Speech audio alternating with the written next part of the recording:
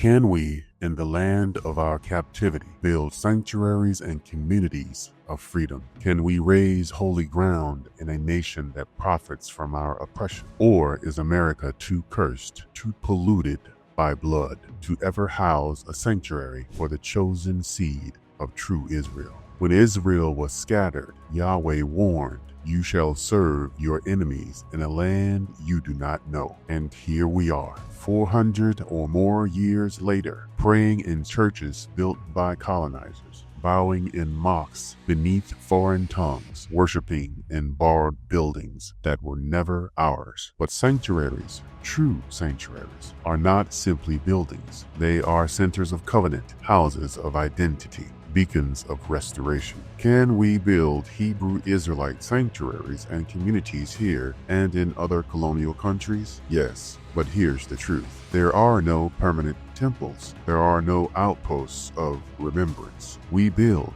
not because this land is holy, but because we are holy. America will never be Zion. This soil is stained. One of the largest crime scenes in history. From the Trail of Tears to the plantations, from stolen acres to mass incarceration, this land cries out with blood. And yet, look around. Every nation in America has been given space, protection, and even government support to build sanctuaries, communities of their culture. Near and Far Eastern Indians raise temples. Asians build cultural districts. Hispanics erect vibrant communities. Even immigrants arriving yesterday are given loans, grants, and protection to preserve their heritage. But what about the descendants of the transatlantic slave trade? Where is the sanctuary for the people of ancient Al-Kebulon? Where is the covenant space for the true children of Israel? This is no accident. Colonial powers do not fear Indians building temples. They do not fear Asians raising businesses. They do not fear Hispanics forming cultural sanctuaries. But they fear you.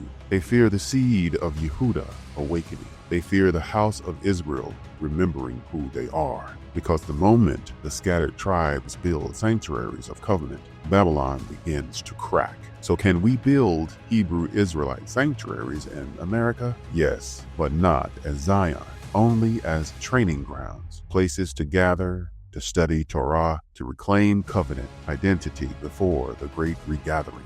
We cannot wait until Yahweh restores us to Jerusalem to prepare. We must rehearse the kingdom here, in houses, in community centers, in farms, in sanctuaries raised by our own hands.